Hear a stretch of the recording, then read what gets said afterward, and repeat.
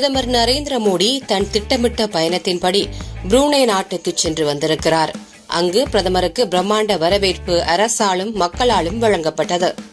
புரூனே மலேசியாவின் கிழக்கு பகுதியினை ஒட்டியுள்ளது என்பதாலும் முன்பு பல இந்திய குடியேற்றம், குறிப்பாக தமிழக வம்சாவளி நிறைந்தது என்பதாலும் புரூனே தேசம் இந்திய மக்கள் குறிப்பிடத்தக்க அளவில் கொண்டதாகும்.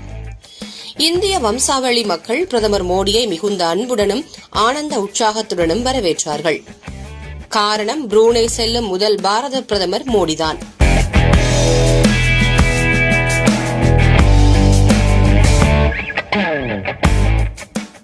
இதற்கு முன் இருந்த இந்திய பிரதமர்களுக்கு இப்படியெல்லாம் செல்லும் திட்டமில்லை.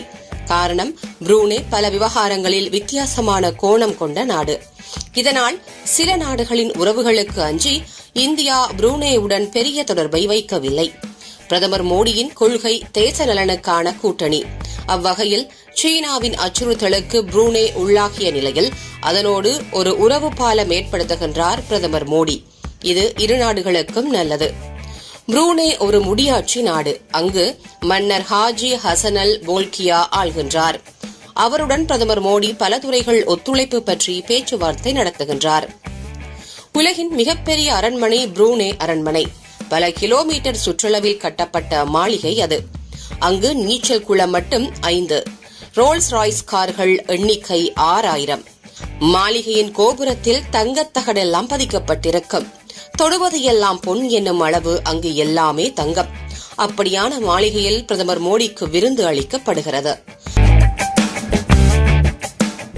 பொதுவாக புரூனே அரசு வித்தியாசமான அரசியலை செய்யும். யாரையும் அழைக்காது, யாரையும் கௌரவிக்காது, பெரிய ஆர்வத்தை யார் மேலும் காட்டாது. ஆனானப்பட்ட அமெரிக்க அதிபரை கூட அது வரவேற்காது.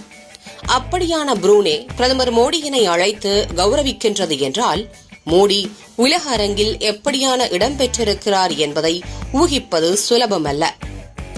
அதனால்தான் மோடியினை ஆனந்தமும் கண்ணீரும் பொங்க வரவேற்று மகிழ்கின்றார்கள் புரூனே வாழ் இந்தியர்கள். தங்கள் பூர்வீக நாட்டின் பெருமகனின் பெருமை புரூனே இந்திய வம்சாவளி மக்களுக்கு தெரிந்திருக்கின்றது.